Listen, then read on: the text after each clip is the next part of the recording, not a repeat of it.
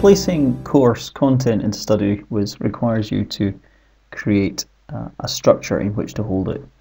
The first item that you're required to create is a course, and then within that course you have to create folders, and within the folders you hold content, and that gives you your hierarchy of organisation for the material you wish to post for students to have access to. The first thing we now have to do is to create a course. Now, courses are established underneath groups, so people become members of courses. And to access the group tool, we go to Tools tab, and then we go to Group Membership. Now, as you can see, this user is a member of two groups. They're a member of the Technologies faculty and of the staff room, and these are both staff areas. We wish to create an area for both staff and students, so we're required to create a new group. Click on Create New Group. First thing we're required to give it is a name, so this will be a demo course, and give it a description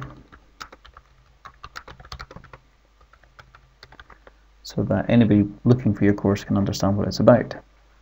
Now, our course has to belong to a level, and the levels have been divided into four main groups. We have clubs and activities, which are for courses or areas that are not academic content. We then have a junior school level, which is obviously for the junior school, a lower school level, and an upper school level. Any content or course created in one level will only be visible to the students in that level. So I'm going to create my demo course for upper school. So I click on upper school and I click on the little side arrow here to add selected object, and that will bring that across. And I need to scroll down. We have a couple of options here. You can either manage your course or you can allow your students to self-join. I'm going to allow my students to self-join, which means I tick that to make it active, and then the page refreshes, and as the page refreshes I now have the option of who I'd like to join. So I'd like my teachers and my students to join.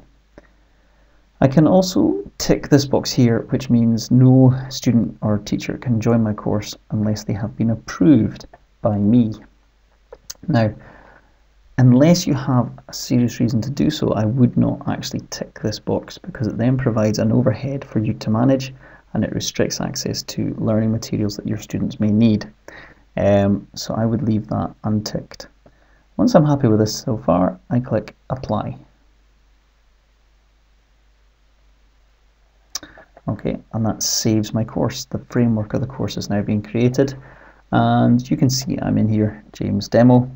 And I am a manager, which means I can manage the course, but I cannot at the moment lead it. So I have to manage my leaders and manage my members. So the first thing I want to do is actually make myself a leader in this course. So I'll click on Manage, and I'm going to look for me as a surname. Demo search. And there I come, and I add selected users. Click on that. Page will refresh.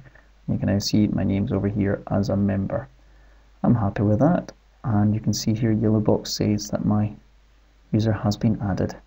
So that has been saved, so I can now click on Return.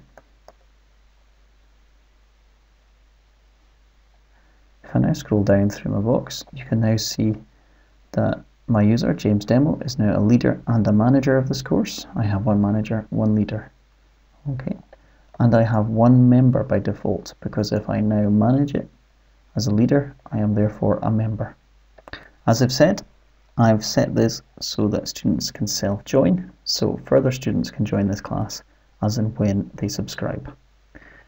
Once we're happy, I click Apply up here in the top corner. Once we've applied, the screen will refresh. I can see the big yellow save box again.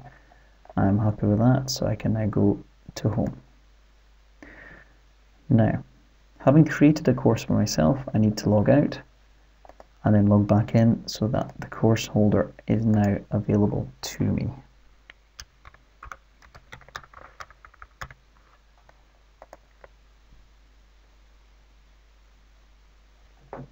If I now click on the Learning tab, there's my course. If I click on my course, I will be given an empty holder in which I can populate the course. End of tutorial.